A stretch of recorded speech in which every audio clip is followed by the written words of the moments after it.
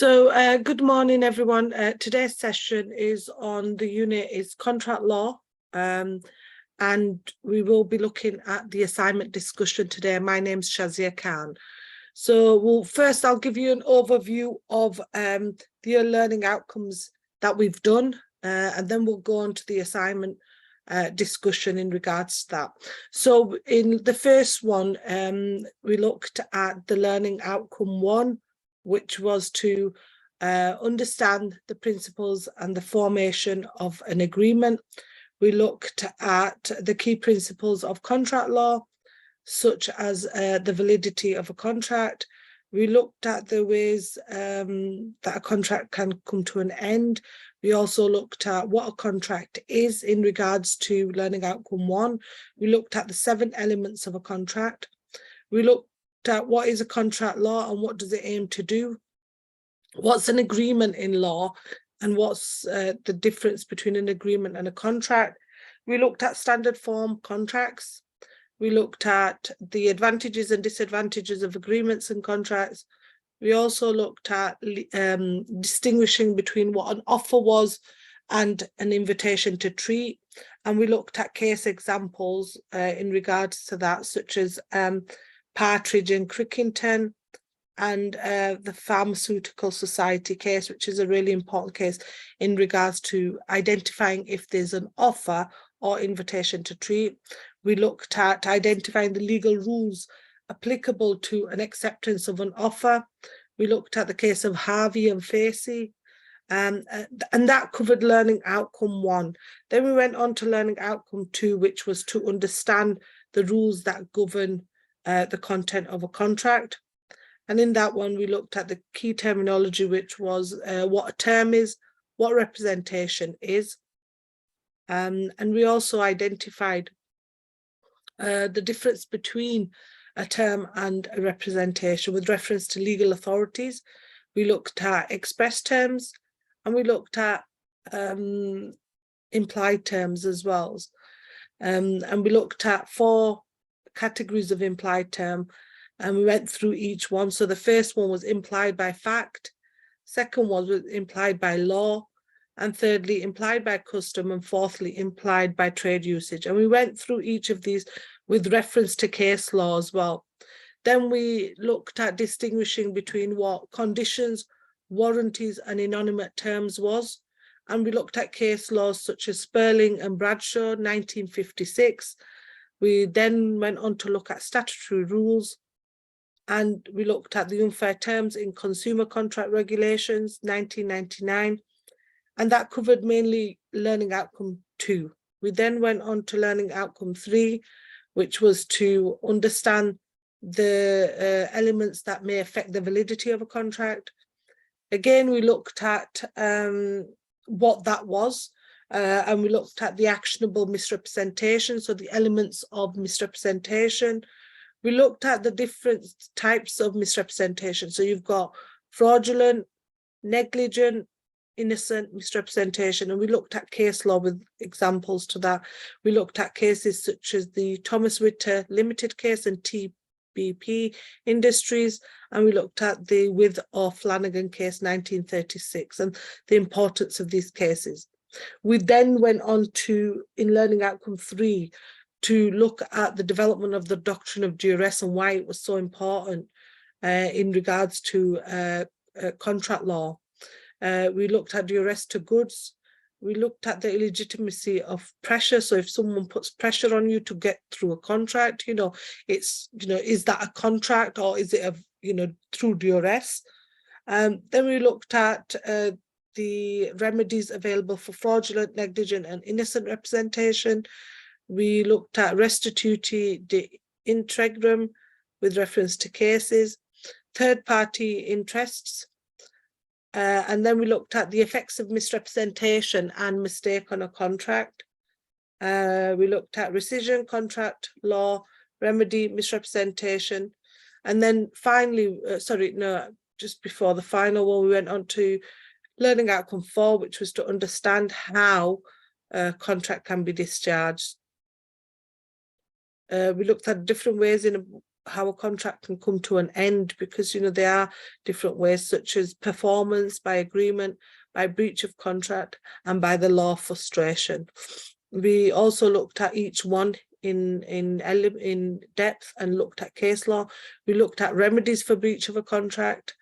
We looked at termination by frustration of a contract, and looked at cases such as the National Careers and Panalpini 1981, where frustration occurred, examples of situations of frustration, and we looked at examining the difference between breach of conditions, warranties, and inanimate terms with respect to frustration in regards to this. So we looked at it in Learning Outcome 3, but we also elaborated in Learning Outcome 4. We looked at cases such as the Lombard case, and we also examined the doctrine of frustration and what it was with reference to case law. We also in Learning Outcome 4 looked at the test for frustration and looked at the case of Davies, the importance of that case, Davies contractors. We then went on to look at the key features of doctrine of frustration. We finally went on to Learning Outcome 5, which to understand the remedies available for breach of a contract. So if a contract is breached, there are remedies available. So we looked at things like liquidated and unliquidated damages with reference to case law. We looked at the discharge of contracts. We looked at remedies for breaching the contract, such as damages, quantum merit, specific performance, restitution, injunctions. So we elaborated on each one. We looked at the supply of goods and supply of services. We looked at implied terms in sale of goods or sales contracts, and remedies available. We also looked at assessing the damages available under contract law, the measure of the damages. We looked at the remoteness of the damages and mitigation, causation. We also looked at comparing the different measures used for assessing damages, so remoteness, mitigation. Then we looked at assessing the amount of damages that can be claimed for a specific breach of contract. In that, we needed to identify what damages were to identify what the amount of damages was that an individual can get. Okay, so now we're going to go on to looking at the assignment area. Okay, so this is the module spec, and it just identifies what is expected of you in it to do for each part of the assignment. I'm going to go on to the assignment now. Okay, so we've got a better idea. Right, just if you've got any questions, Olu? No, I don't have any questions. Yeah, okay, just 1 minute.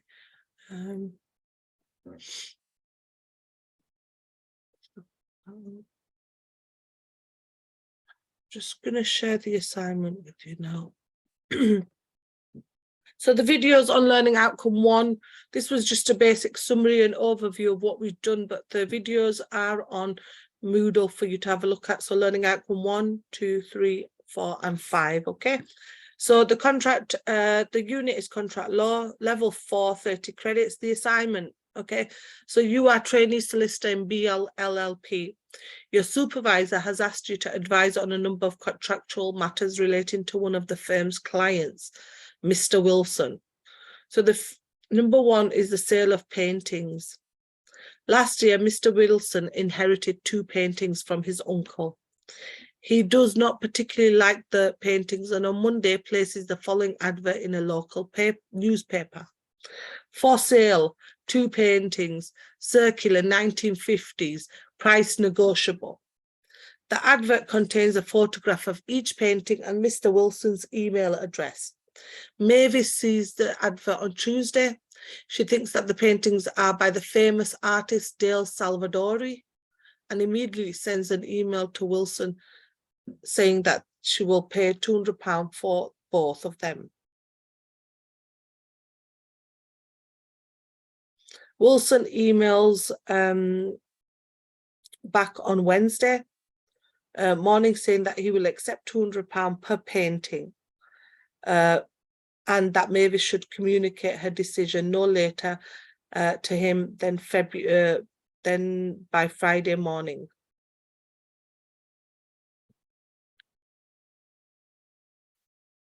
On Wednesday evening, Wilson receives an email from Polly. It states that Polly will pay £500 for both paintings. Wilson responds to Polly's email straight away saying, it's a deal, they are yours. On Wednesday evening, he also sends an email to Mavis informing her the paintings are no longer available for sale. Mavis' email is hacked on Wednesday morning. She cannot send or receive any emails. She sends a letter to Wilson on Thursday morning saying that she's happy to pay £400 for the payment for both the paintings. The letter is received by Wilson on Saturday morning, but by this time, Wilson has discovered that the paintings are by sale. Dale Salvadorian refuses to sell them. Both Mavis and Polly each claim they have a valid contract with Wilson for the sale of the paintings.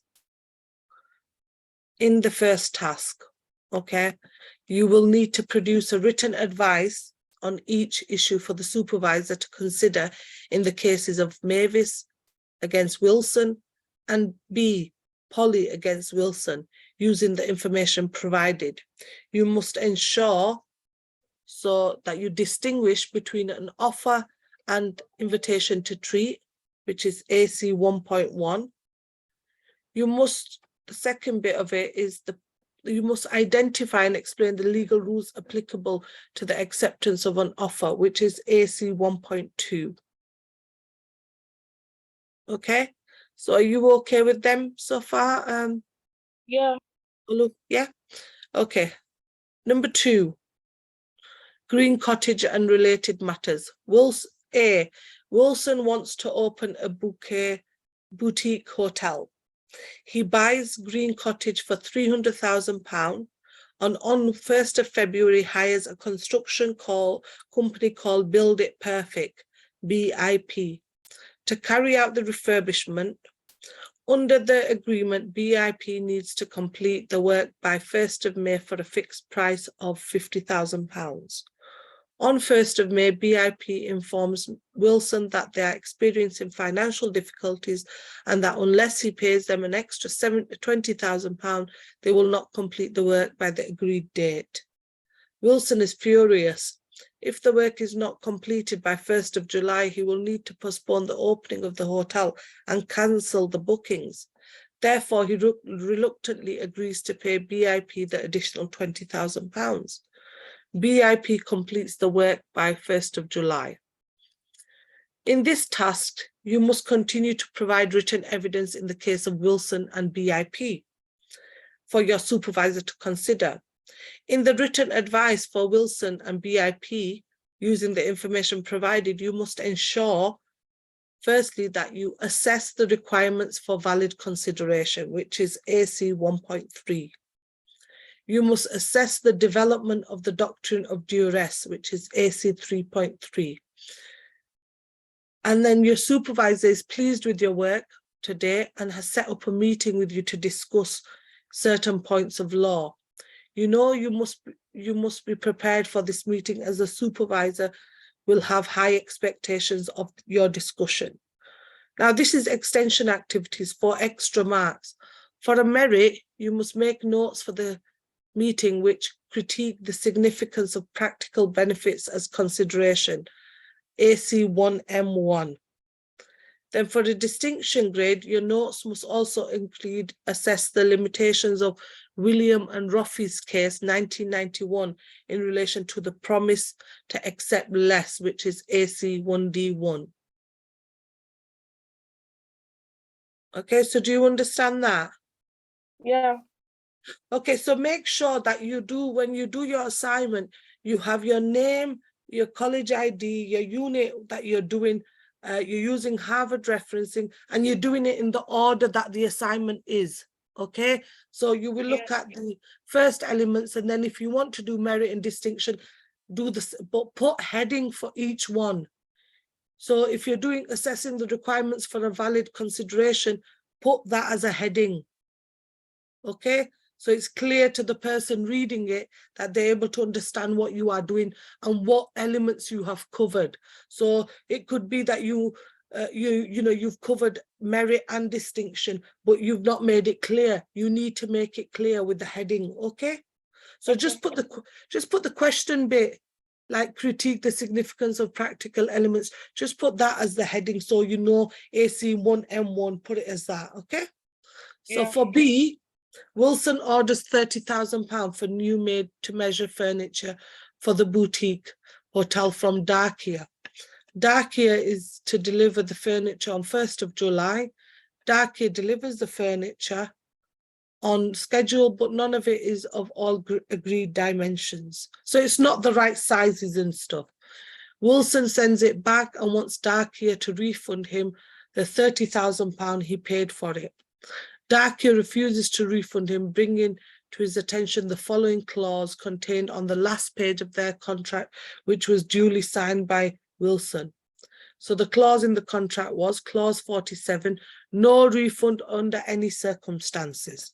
Wilson now finds a local company that can deliver furniture in time for the opening, but it only has sufficient furniture in stock to furnish 3 of the 6 bedrooms. Wilson decides to go ahead with the opening despite the fact that only 3 of the rooms can be hired out. The task in this element is that your supervisor now wishes you draft a written advice to Wilson and Darkia for him to consider. In the communication, you need to look at explaining the difference between terms and representations, 2.1. So that would be one of your headings, yeah, Olu? Yeah? Yeah. So Yeah. explain. And then the second would be identify the sources of contractual terms, AC 2.2. Then you would distinguish between conditions, warranties, inanimate terms, AC 2.3. You would then examine the difference between breach of conditions, warranties, and inanimate terms, AC 4.2. And then you distinguish between liquidated and unliquidated damages, which is AC 5.1. And then you will assess the aim of the damages in contract law, AC 5.2, and then compare and contrast the different measures used for assessing damages, AC 5.3. So just go in that order, okay? Then if you want to get a distinction, you would do another 2 tasks, okay? So this is for extension activities. You would analyze the court's approach to interpretation and validity of exemption clauses, AC 2D1. You would assess the amount of damages that can be claimed for a specific breach of contract, AC 5D1. Are you okay with them, Olu? Yeah. Yeah, good. C, a day before the opening, he receives a booking request for Robert Milford for a 2-night all-inclusive stay. When Robert arrives at the hotel, Wilson is convinced that he is the famous football player Ronald Messino, using an alliance. At reception, Wilson has displayed a few antique items for sale. On checking out, Robert selects a vase from the display and asks whether Wilson is willing to take a check for it. Wilson says that although usually he does not take checks, as he is a famous football star, he will accept a check. To this, Robert smiles and gives Wilson a check for £500. Wilson accepts the check and gives the vase to Robert.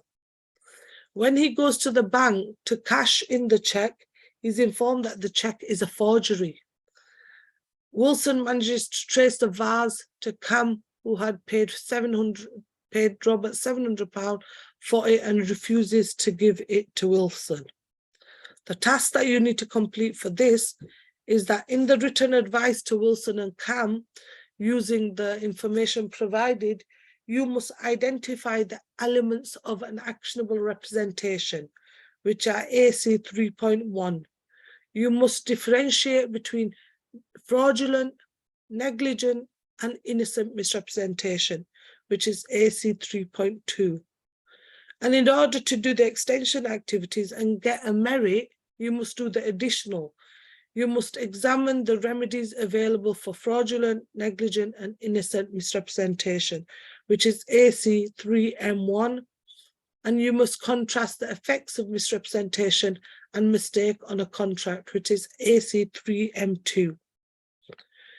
Then you've got D, 2 days later, before the hotel opens.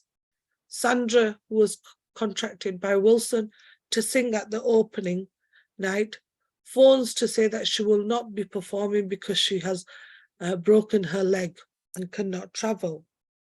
Wilson demands that Sandra returns the £2,000 he paid her for her performance.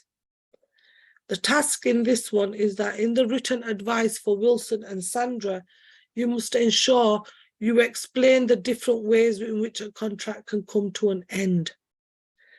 And that would be AC 4.1. You must examine the doctrine of frustration, which is AC 4.3.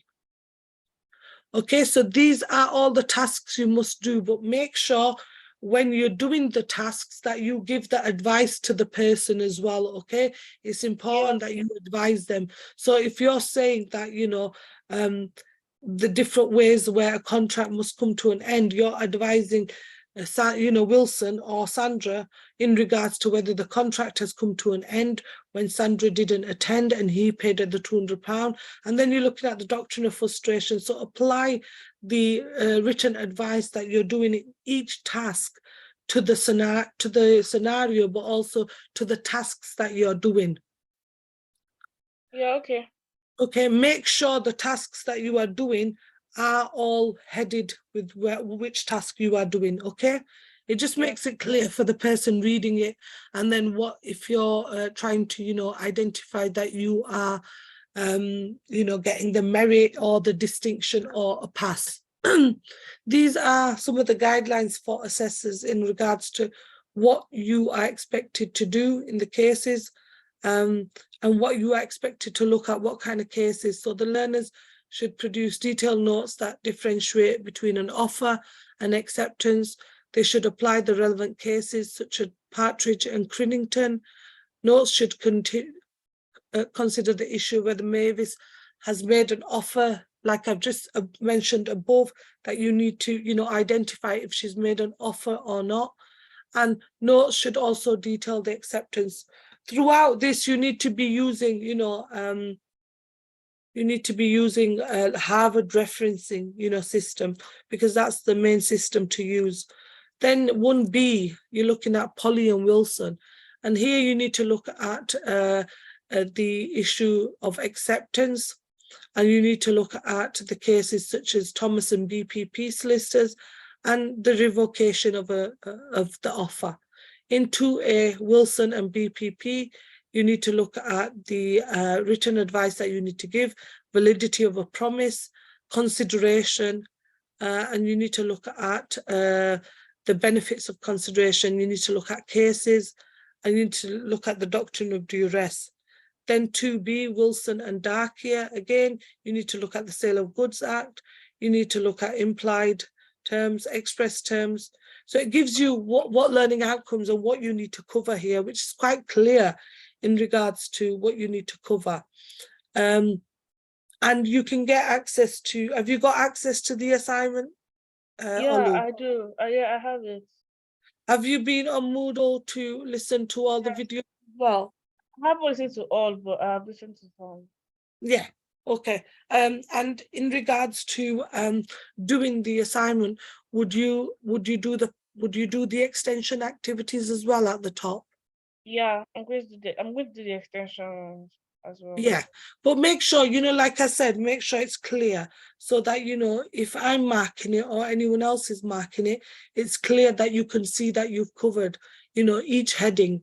So, you know, like maybe, you know, I put that top, you need to produce a written evidence, then another heading distinguish between offer and acceptance. So you're able to identify if there's any, you know, if it's clear and what you've done, okay? Have you got any questions around the assignment, Olu? No, it's pretty clear. Are you sure? If you have any issues, email LearnerWorks or just send me an email and, you know, I'll try and advise you. But everything that you need to do for this assignment is on Moodle. The slides that we've gone through just now, also the learning outcomes that you've got all on Moodle. Plus there's additional resources on Moodle like case law and any sort of additional journal articles that you need to read or anything like that. They're all on Moodle for you to have a look at in your own time, okay? So you need to make sure you're going on Moodle, you're using the resources for Moodle, and you're also trying to, you know, put in case law, because when it's asked for case law, you need to identify and put in case law, okay? Yeah, So okay. have you got any questions before we finish the session? I don't have any questions. Okay, start doing the assignment now, because the sessions are all finished. And if you have any issues, just email us, okay? Okay. Thank you for attending today's session, Olu. And I will look forward to seeing your assignment. Bye. Thank you. Okay, thanks a lot. Bye. Bye, Olu. Bye.